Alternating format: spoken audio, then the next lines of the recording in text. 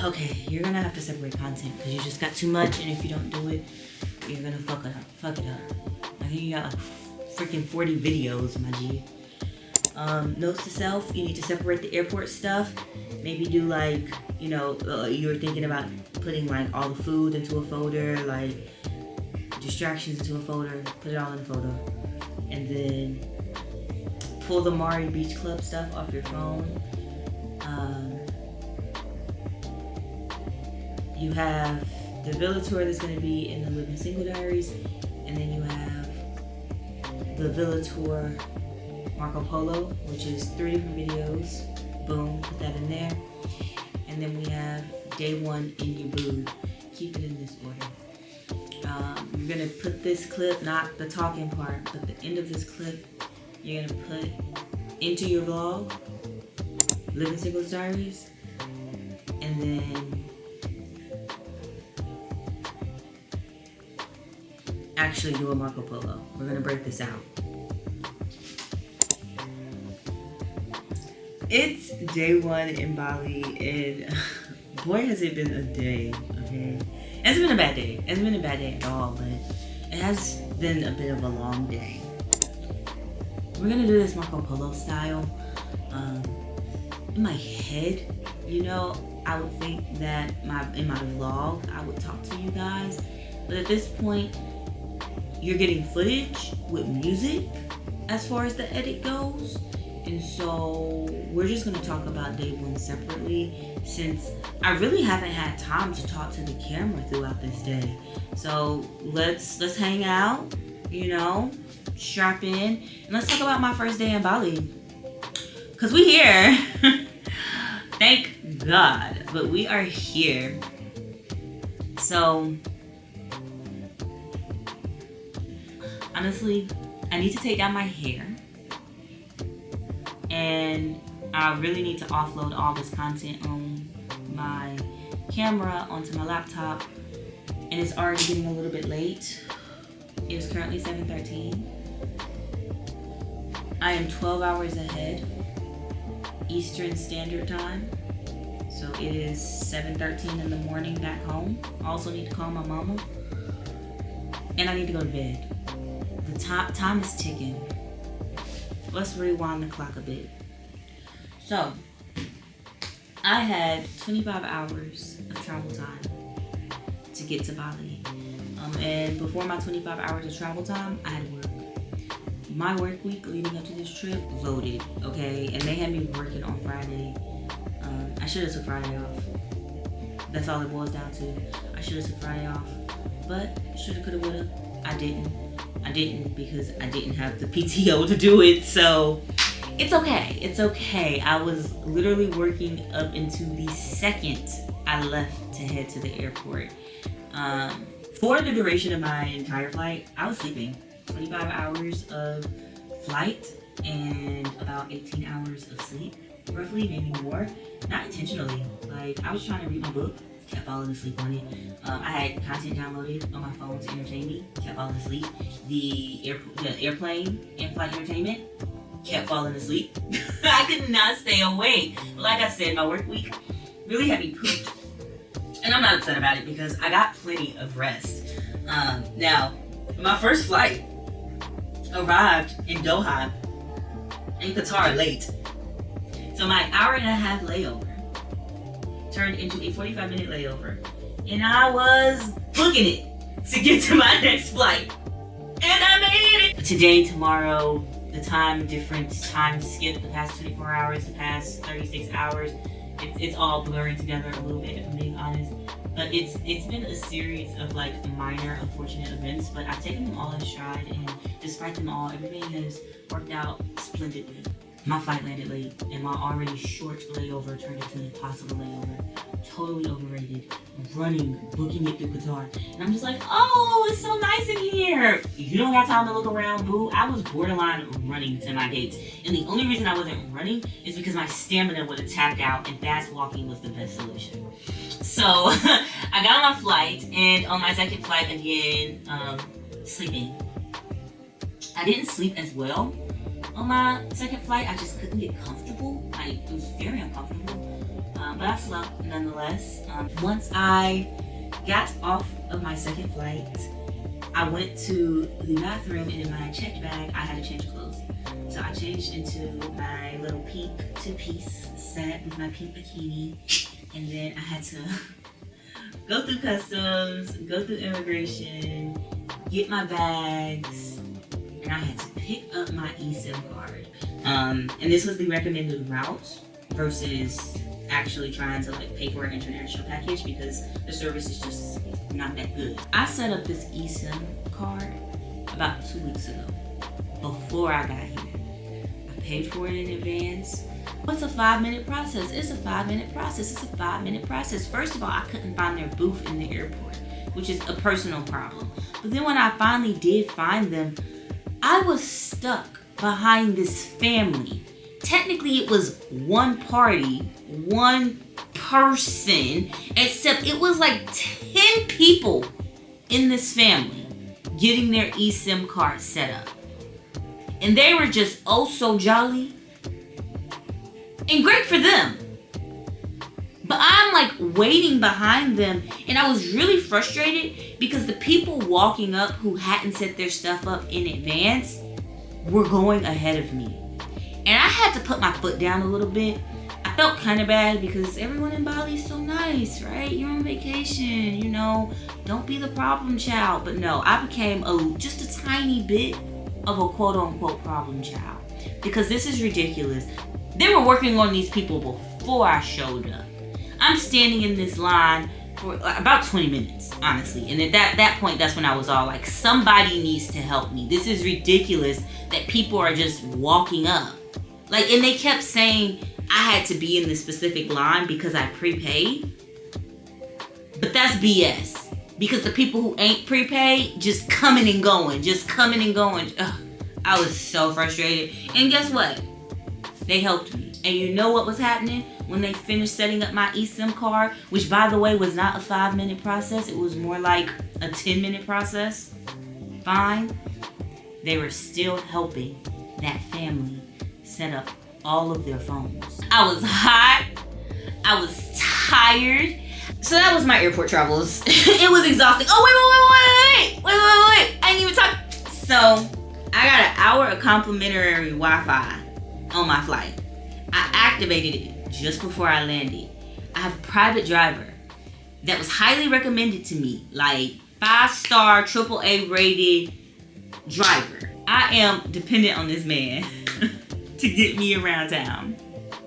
And I messaged him while I'm still tens of thousands of feet up in the air, like, hey, my flight got delayed. I'll see you soon. Cool. By the time my flight landed, he messaged me. I'm sorry something came up. He told me what came up. The details doesn't matter, but you know, sorry something came up, but I have a colleague that's gonna pick you up. He's gonna take care of you. Excuse me, what? What? My first thought was, I don't know this man. What do you mean somebody else is gonna pick me up? But then my second thought was, well, you technically don't know this driver either. My third thought was, this driver came highly recommended to me. 5-star, AAA rated. And I was told, like, I didn't find this driver like on Expedia and press book. Like, I may not have met him personally, but he has driven people that I know in real life around Bali. And so I'm just like, you know what? This is him taking care of me. Because he could have messaged me and been all like, oh, sorry, something came up. Shrug my shoulders. Good luck. I guess you need to call a taxi. That would have been devastating. I messaged him while I was still in the air, and everything was good. In the 40 minutes it took for wheels to touch down, things changed. And in those 40 minutes, he found me a replacement, and that replacement did his job. He did a great job, you know? I don't necessarily know if he's 5-star AAA worthy, but you know, he got me from place to place to place.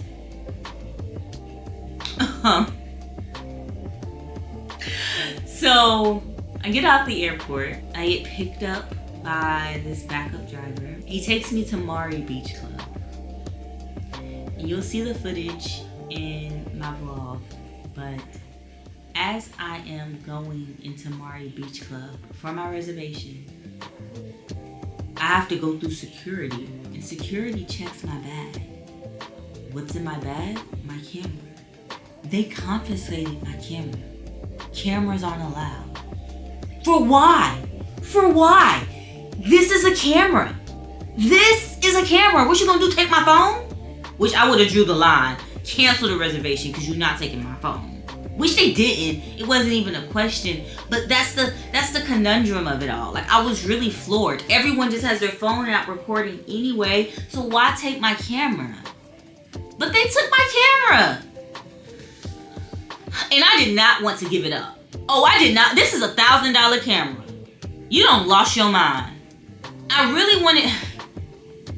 And then my driver, he was like, I'm gonna go get some food because I haven't ate today while you're at the beach club. And I told him, okay. Because what am I supposed to do? Be a terrible person and say, no, you need to wait on my beck and call? So he was gone. I couldn't put my camera securely in his car / in my suitcases / in my baggage because he was gone. But they gave me a little call card with the number 37 on it, and I have a feeling they put my camera in a locker that had the number 37 in it, and then they brought it back up to me whenever I left. But I didn't have my camera. Like, the initial plan was to talk to y'all about my day, to talk to y'all about my journey while I was at the beach club. It never happened. And like, I got some content on my phone that I'm going to insert into my vlog, but even so, my phone hadn't seen a charger since I left the house to go to the airport. Like, the fact that my phone stayed alive from Friday afternoon all the way to technically Sunday here, but I'm 12 hours away. The time difference is insane. No, I can't believe my phone stayed alive so much. I started out vlogging on my phone. That's no big deal. I can pull out my phone and vlog on my phone. That's how I started. I don't need this camera to vlog. But usually when I'm using my camera to vlog, it's fully charged. I got my backup charger. I got my portable charger. Like, I got my charging cord because I know that my battery is going to deplete just by pulling out my camera. It was just a series of just like mini hiccups that really weren't that big of a deal in the grand scheme of things. But I swear, when I was at Maury Beach Club, I basically ate lunch. I did not, even though I had my bikini on, I did not get in the pool. I did not touch the sand. I did not get in the ocean. It has been 30 plus hours and I haven't touched a shower. And I still have about an hour and a half ride to get to Ubud. I'm not getting in water. Like, I'm just not. Like, I really want to take a shower. I left the beach club. And to get to my villa, my driver had to drop me off at a restaurant. At a restaurant. My driver did not drop me off at my villa. My driver dropped me off at a restaurant because there is no way to drive to my villa. I didn't plan for this. And when I say no way to drive to my villa, there is no way to drive to my villa. At the drop-off point, he unloads my bags, the replacement driver. He unloads my bags. I pay him for his services, and that man dips. Okay, that man dips. I'm standing on the side of the street in Ubud in front of this random restaurant with a stray dog running off to the side, with people walking up to me trying to sell me shit. And I got luggage all around me. What is happening? And my host for my villa showed up like 5 minutes later. I feel like my main driver would have stayed with me. I feel like he would have stayed with me. With this replacement driver, he was like, I did my job, bye. Anyways, my villa host showed up on one of those motorbikes. Him, his wife, and his son showed up. But, you know, they not only had to take me to the villa, they had to take my bags to the villa. So we make it to the villa. We make it to the villa. We make it to the villa. It's so nice. You know, I pulled out my camera, I recorded the villa tour because I knew I wanted to get that.